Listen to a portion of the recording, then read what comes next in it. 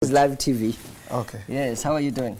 I can't complain. I'm very well, thank you. Still working like an absolute slave and enjoying every minute of it. Yes. Yes. Okay, so Mangaung is the chairman. You're the chairman at Shell. Yes. Okay. The chairman of Shell. Well, thank you very much for joining us this morning. So, together with a number of other CEOs and business leaders, you wrote an open letter to the delegates going to Mangaung. What were the issues you wanted to raise? So first and foremost, Vuyo, thank you very much for having me this morning.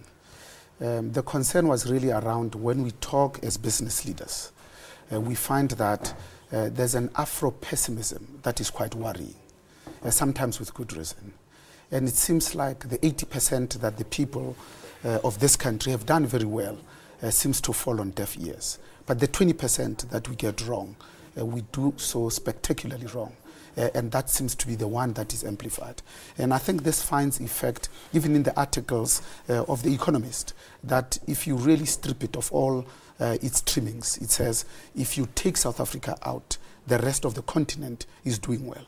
But also with rampant corruption, it seems like we are really at the crossroad. Really? It says if you take South Africa out of the equation, the rest of the continent is doing well. It really is. I mean, if you look at the GDP growth of all the 53 African countries, they seem to be much higher than that of South Africa. When you include South Africa in the midst, the almost billion South African people that are found in the continent has an effect of really bringing everybody else down. So we were hoping to be growing at about 6% GDP per annum, just to be able to absorb the hundreds of thousands of young people that gets onto the job market, often with inappropriate skills. Okay. But as it turns out, South Africa is really managing a meager less than 3% GDP growth, primarily because of the choices that we're making around the macroeconomic, geo-socio-political environment. So what are you saying to the delegates? What must they do? So we are saying to government, look, as you deliberate how you're going to move us forward, please don't consider another raft of laws. We have more than enough laws.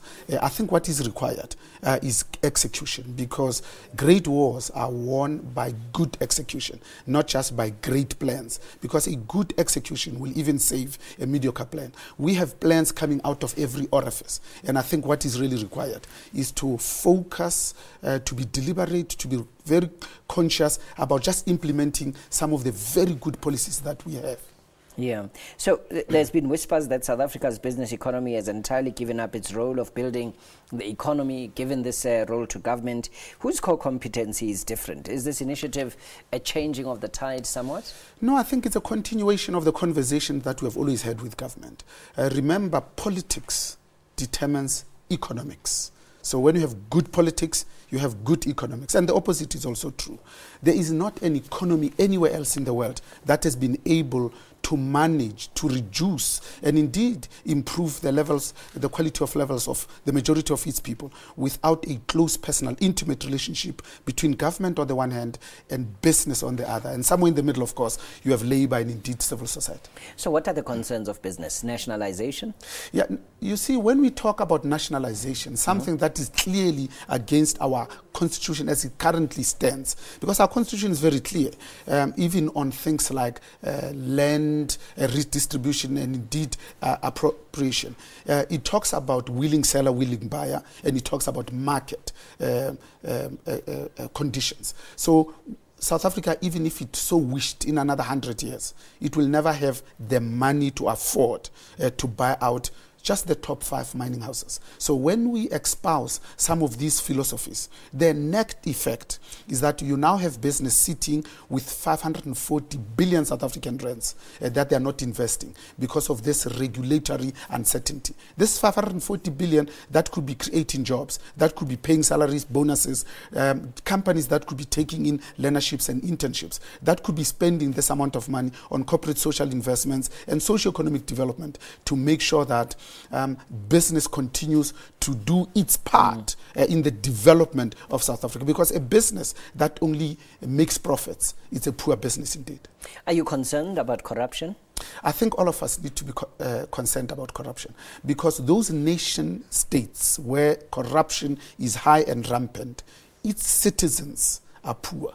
Corruption steals from the very poor, it affects them disproportionately. But it also steals from the good, effective, and efficient companies. But it also robs government, because when you have acquired a contracted tender on less than wholesome means, the chances are, because you know you are going to pay somebody, you have inflated the prices, and sometimes you do absolutely nothing. So anywhere else in the world, when a road is going to be built, you can bet your bottom dollar that somebody's niece's nephew's uncle somewhere is involved. But everywhere else in the world, the road does eventually get built. Okay. So we have had examples in this country where money has been paid up front for reasons that are a little bit opaque, and yet sometimes the houses just never gets built. So we've run out of time. Ultimately, your brief message to the delegates going there to Mangaung is what? Focus on what we have done in the 18 years. We are at the crossroads. The choices that we make in this Mangaung will determine whether we continue on the high road or we continue on the path of the rest of the continent, where we are only known about less than positive things. All right. Bonang Mohale is chairman of Shell South Africa, joining us this morning. About 30 leading South African CEOs, industry leaders have come together on a drive to encourage their fellow business leaders to implement the development plan led by Minister Trevor Mangaung.